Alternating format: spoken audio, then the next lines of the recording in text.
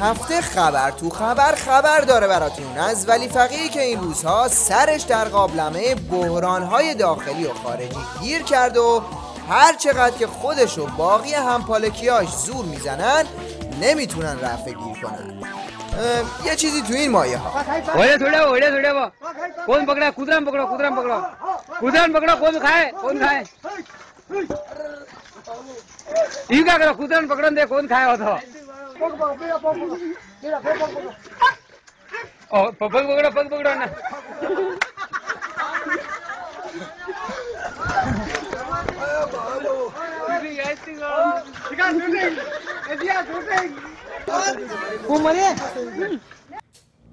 یکی از موضوعاتی که این روزها صحنه ولایت رو برفکی کرده داستان توطئه تروریستی در آمریکا برای قتل سفیر عربستانه که خامنه طبق معمول میخواد با دیپلماسی عربده کشی و لاتبازی خودش رو خونسرد و مسلط نشون بده و ترسش رو پنهون کنه. قصدشون این است که شریفترین عناصر مبارز و مجاهد در جمهوری اسلامی رو متهم به تروریست کنند. خودشون تروریستند. در این قضیه هم دست ما پره.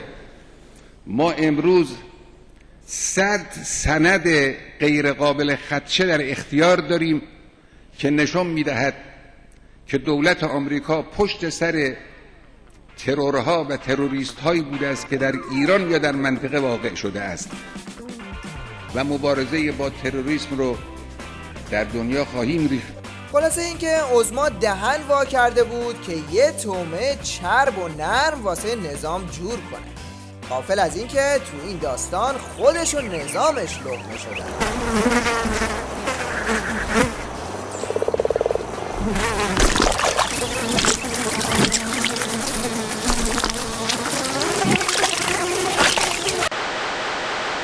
از اون طرف لقمه اختلاس 3000 میلیاردی که قرار بود به توصیه مقام عظما کش پیدا نکنه همینطوری داره مثل کش لقمه یا همون پیتزا کش میاد. این که 3000 میلیارد دلار رفته خودش چیز جدیدی نیست. اون چی که باعث شده جناح خامنه‌ای هار بشه و پاچه جریان انحرافی رو بگیره اینه که اونا سرشونو کردن تو آخر اختصاصی آقا و میگن نحن شریک.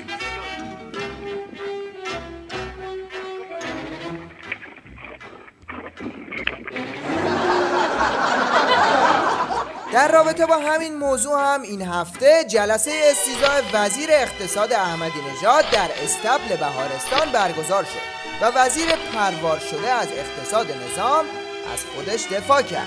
من اگر ماندم و اگر استعفا ندادم به خاطر این بود که این مفسده در دوره مسئولیت من اتفاق افتاد و من بایستی مسئولیت بپذیرم.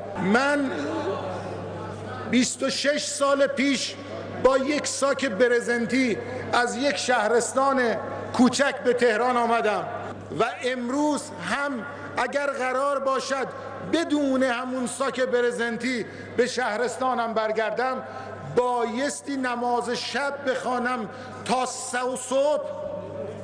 صبح دعا کنم. بله و در ادامه این نمایش مضحک با هنرنمای یکی دیگه از مطربان مجلس به اوج خود رسید. ای برادر، راندخاران مدتی است پول ملت را چپاول می کنند.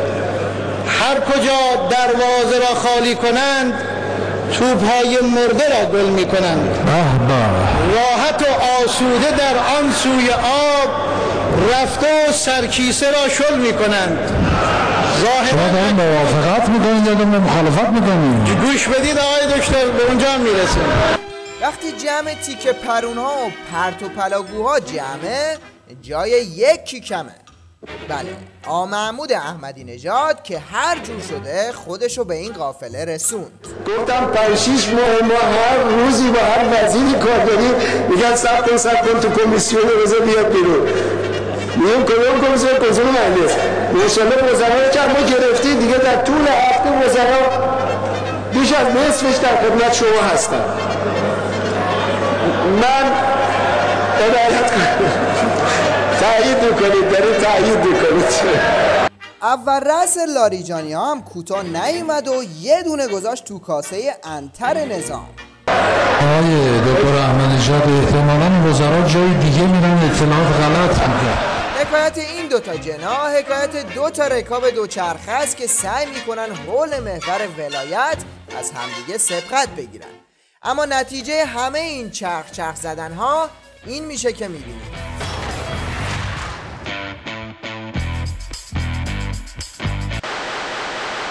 حالا نرمک طالبی گرمک میرسیم به جنگ نرم و افاضات امیر دریادار، سپردار، سردار، جلودار، عقبدار، فیروزآبادی که اومد را بره ملق زد.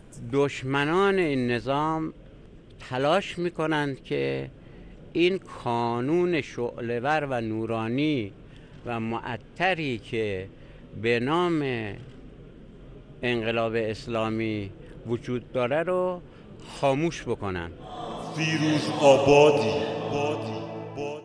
حالا با هم راهکار نرم مقابله با جنگ نرم رو از تیوی ریش دنبال میکنه.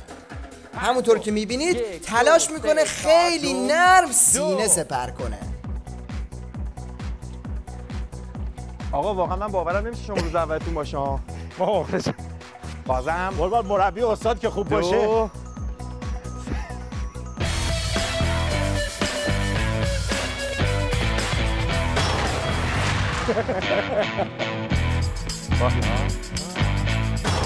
آقا ظاهرا اشتباه شد. اینا خودشون قربانیان تهاجم فرنگی و جنگ نرم بودن که. آقا ارزش‌های 8 سال دفاع مقدس همین بود؟ پس کجان وارثان دفاع مقدس؟ دلنوشته های دانش آموزان ما حکایت از این داره که اینها وارثان بسیار خوبی هستند برای نسل دفاع مقدسی، یا نه اینها فرزندان با غیرت و با معرفتی هستند که ارثی که از امام و شهدا براشان مانده به خوبی دارن حراست میکنن، حفاظت میکنن علیرغم همه عملیات های روانی که دشمن انجام میده. بله، به نظر میرسه اولین مجموع عملیات روانی دشمن همین سرپاسدار مشنگه. حالا بریم و با هم به کلاس درس تعدادی از همین وارثان دفاع مقدس نگاه کنیم. مبارزات ملت، مبارزات ریاضی، آواز ساکت، آواز ساکت، یا بیرون، برو بیرون، برو.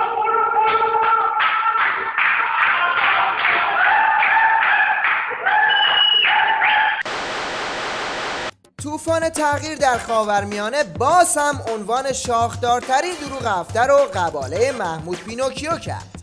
میگید چطوری؟ لطفاً نگاه کنید. گفتم شما یه دونه رئیس دولت اروپایی و آمریکایی نشون بده که به لیبی سفر نکرده باشه. در طول 25 سال گذشته هیچ رئیس جمهوری از ایران، هیچ معاون اول رئیس جمهوری از ایران به لیبی سفر نکرد. گرچه ما با لیبی دعوا نداشتیم، با ملت لیبی همواره دوست بودیم. بله سفر نکرد، اما تا دلتون بخواد از مقام عظمای ولایت گرفته تا همین دیکتاتور کوتوله دیکتاتور لیبی رو بغل کردن. اینم عکساش.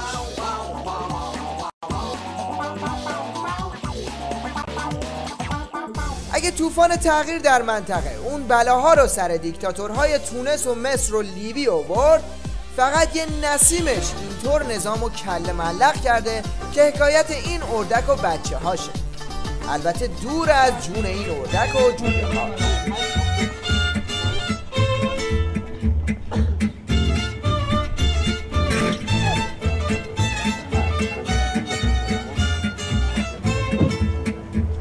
انشالله که این کله ملق ها تا کله شدن نهایی عظما ادامه پیدا کنه. اگه این طوفان ها و بادها برای نظام و ولی فقیهش مایه مصیبت و دردسره، برای مردم و جوانهای ایرانی مایه شادی و پایکوبیه.